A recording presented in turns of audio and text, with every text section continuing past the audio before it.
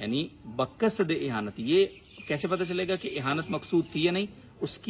اسے پوچھا جائے گا. ٹھیک ہے, اور اگر پوچھنے کا موقع ہی نہ دیا جائے تو کیا حکم ہوگا ان کے لیے, یہ آپ خود طے کرتے چلے جائیں. البتہ قرآنی اوراق اگر بوسیدہ ہو جائیں اور ناقابل انتفاع ہو جائیں تو اس صورت میں قرآن مجید کا بوسیدہ نسخہ یا اوراق قرآنی کو پاک صاف کپڑے میں لپیٹ کر ایسی زمین میں دفن کرنے کا حکم ہے جس پر انسانوں کی آمد و رفت نہ ہوتی ہو. پس بوسیدہ اوراق قرآنی جلانا ممنوع ہے. البتہ اگر کسی نے نہ سمجھی میں اوراق قرآنی کو بے ادبی سے بچانے کی غرض سے جلا دیا تو اس کو کافر قرار نہیں دیا جائے گا. سن لیں, یعنی یہاں کفر کا حکم بھی نہیں لگے گا, سزا بھی نہیں ہوگی. لہٰذا صورت مسئلہ میں سوال کے ساتھ منسلک حلف نامہ جو بھی انہوں نے بھیجا ہوگا, لہٰذا ایسا شخص توہین قرآنی کا مرتکب نہ قرار پائے گا, یعنی اس نے توبہ طائب ہوا ہے, دل سے توبہ کر لی ہے اور نہ ہی دائرہ اسلام سے خارج شمار ہوگا. البتہ ایسے شخص کو تعزیراً سزا دی جائے گی تاکہ, کیونکہ اس نے صرف اوراق نہیں تھے, قرآن مجید کے نسخے بھی جل گئے تھے نا, تاکہ آئندہ ایسی غلطی و بے احتیاطی سرزد نہ ہو. البتہ مذکورہ شخص چونکہ اپنے کیے پر شرمندہ اور توبہ طائب ہو چکا ہے, لہٰذا تعزیرات پاکستان کی دفعہ 295B کے تحت عمر قید کی سزا نہیں دی جائے گی.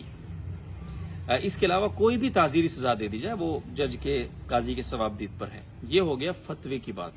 اب میں اس فتوے پہ تھوڑا سا, اب آپ اندازہ لگائیں کہ سب سے پہلے تو ہم نے یہ جو واقعہ ہوا ہے اس پر میں جو انویسٹیگیشن رپورٹ ایک صحافی نے کی ہے وہ میں آپ کے سامنے رکھ دیتا ہوں. اس کے بعد میں آخر میں ایک کیس اسٹڈی بھی آپ کو پڑھ کر سناؤں گا. وہ رپورٹ پڑھ لیتے ہیں, اس سے آپ کو اندازہ ہو جائے گا کہ کتنا جھول ہے اس پورے واقعے کے اندر. اچھا, یہاں لکھا ہے, تحریر ہے فیاض ظفر صاحب کی, یہ وائس آف امریکہ کے لیے غالباً کام کرتے ہیں, یہ بہت کریڈیبل صحافی, میں نے ان کی کچھ پروفائل دیکھی. انہوں نے اپنی تحریر مرتب کی ہے کہ سانحہ مدین اور حقائق. یہ تحریر میں کمنٹس میں بھی انشاءاللہ جو ہے نا وہ لگا دوں گا, وہاں مکمل پڑھ بھی سکتے ہیں.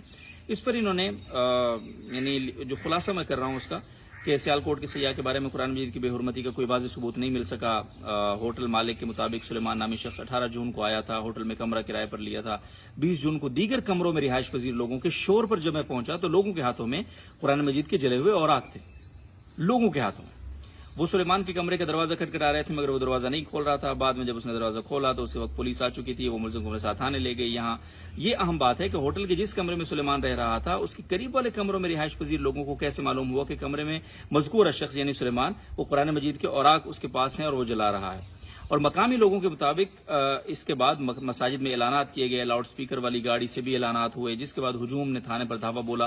یہاں یہ بات قابل ذکر ہے کہ اس بارے میں تو صرف ہوٹل والوں کو پتا تھا, یعنی یہ ملزم ادھر موجود ہے, مبینہ ملزم, تو گاڑی پہ لاؤڈ سپیکر کا اتنا اہتمام کر لینا یہ کیسے ہو گیا.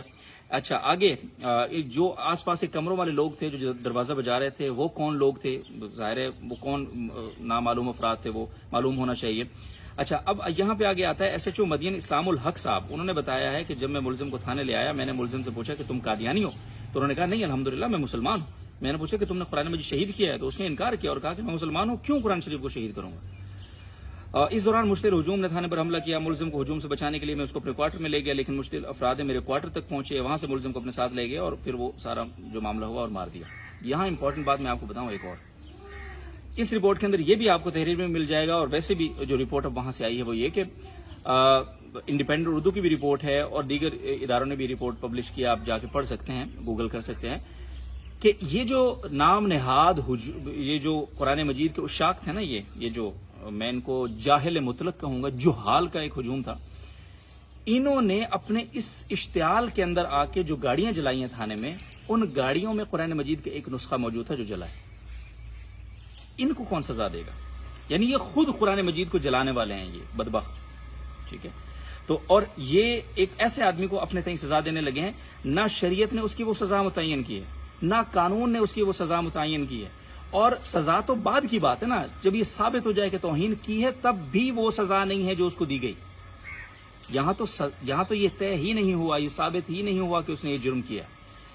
اب کیس اسٹڈی کی طرف آ جاتے ہیں. میں نے شروع میں آپ سے کہا تھا میں آپ کو ایک کیس اسٹڈی بھی سناؤں گا, ایک کے بجائے 2-3 کیس اسٹڈیز میں مختصر کرتا ہوں.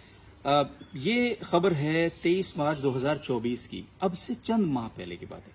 اس کیس اسٹڈی کو میں آپ کے سامنے کیوں رکھ رہا ہوں؟ کیونکہ جب ہم نے بنوری ٹاؤن کا فتویٰ آپ کو پڑھ کر سنایا تو اس میں فتوے کی روشنی میں یہ بتایا گیا کہ اس متعلقہ شخص کو جس نے قرآن مجید کی خدا نخواستہ گستاخی کا ارتکاب کیا ہے اس کو سزا دینا وہ متعلقہ محکمے کی یا عدالت کی ذمہ داری ہے. مقامی لوگ، ہجوم، علماء کرام، جرگے شرگے یہ اس کو سزا نہیں دے سکتے، یہ ان کا دائرہ اختیار نہیں ہے. اب اس پر جب لوگ اپنے طور پر ریاکشن میں آتے ہیں، اشتعال میں آتے ہیں، جس طرح یہ واقعہ ہوا، جلا دیتے ہیں، مار دیتے ہیں، کاٹ دیتے ہیں، یہ واقعہ تسلسل سے ہو رہے ہیں.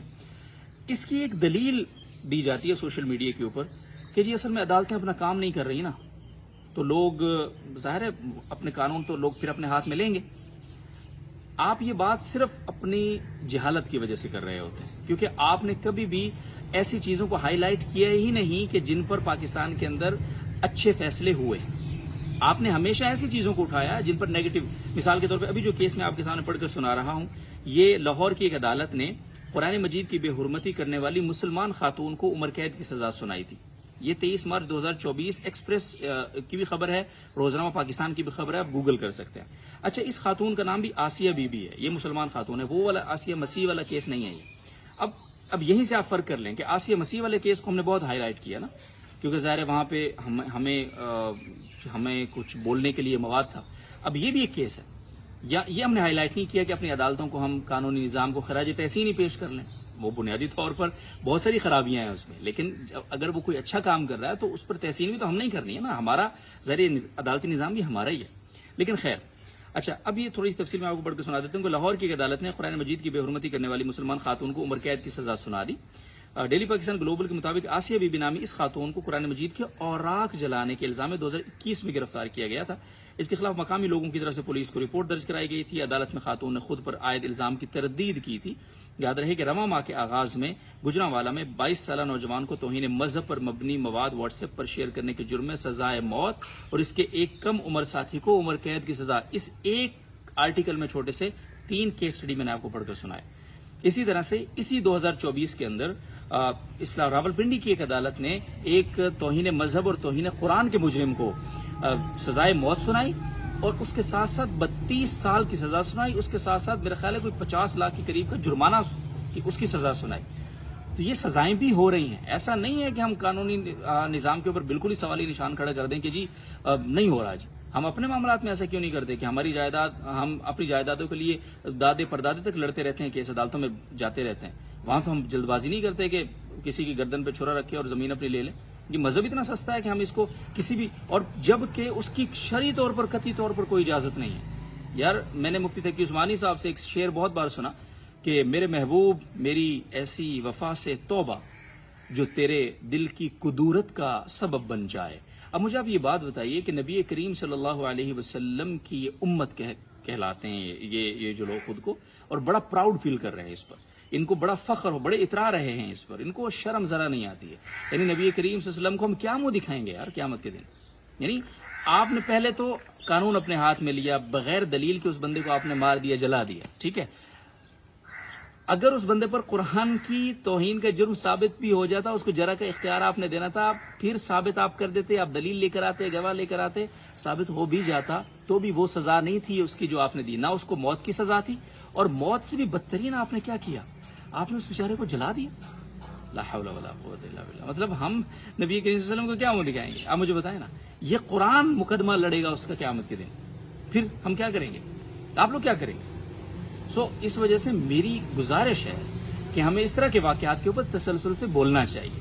یہ ہماری ذمہ داری ہے، شرعن، اخلاقاً، ہر اعتبار سے، معاشرتی، سوسائٹی کے اندر اگر ہم کچھ بہتری چاہتے ہیں ہمیں بولنا پڑے گا. میں نے آپ کے سامنے فتویٰ رکھا، اور یہ فتویٰ اس ادارے کا فتویٰ ہے جس کو آپ سب لوگ متفقہ طور پر مانتے ہیں، ٹھیک ہے. میں نے آپ کے سامنے اس وہاں کی انویسٹیگیشن رپورٹ رکھ دی. میں نے آپ کے سامنے ایک نہیں، 2 نہیں، 3 4 کیس اسٹڈیز رکھ دی ہے. اب مجھے بتائیے اس کے بعد کیا جواز ہے ہمارے پاس؟ پھر بھی ہم نہیں بولیں گے کیا؟ پھر بھی ہم آواز نہیں اٹھائیں گے کیا؟ پھر بھی ہم ان لوگوں کی حوصلہ شکنی نہیں کریں گے؟ اور مجھے دکھ ہے اس بات کا کہ ہمارے علماء کرام اس پر کیوں نہیں بول رہے.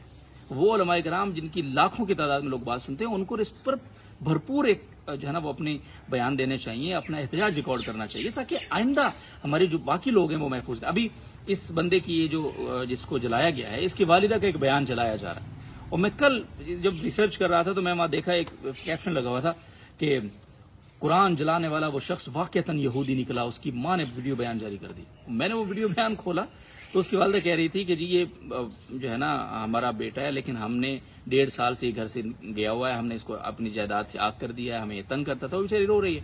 ہم اہل سنت ہیں، مسلمان ہیں، ہم اچھے عقائد والے ہیں. اب وہ اپنے عقائد کی صرف وضاحت دے رہی ہے. وہ یہ نہیں کہہ رہی کہ میں اہل سنت ہوں اور میرا بیٹا یہودی ہے. لیکن اس سے نتیجہ یہ اخذ کر کے کیپشن یہ لگایا کہ وہ قرآن جلانے والا واقعتاً یہودی نکلا. اس کی والدہ کا بیان سامنے آ گیا. اب ہم اس کو دھڑ دھڑ شیئر کر رہے ہیں. پوری ویڈیو اس ماں کی کسی نے سننا ہی گوارا نہیں کی. اتنی سطحیت یہ کب ختم ہوگی بھائی؟ کب ہم خدا کے لیے میرے اوپر آپ فتوی لگانا چاہتے ہیں نا، کھل کر لگائی، کوئی مسئلہ نہیں. لیکن اگر یہ بات آپ اس کو دلیل کے ساتھ رد کر سکتے ہیں تو کیجئے، نہیں کر سکتے تو قبول کیجئے اور آگے پہنچا دیجئے، تاکہ ہو سکتا ہے ہم کسی تک کوئی خیر کی بات پہنچانے میں کامیاب ہو سکیں. بہت شکریہ آپ سب کا.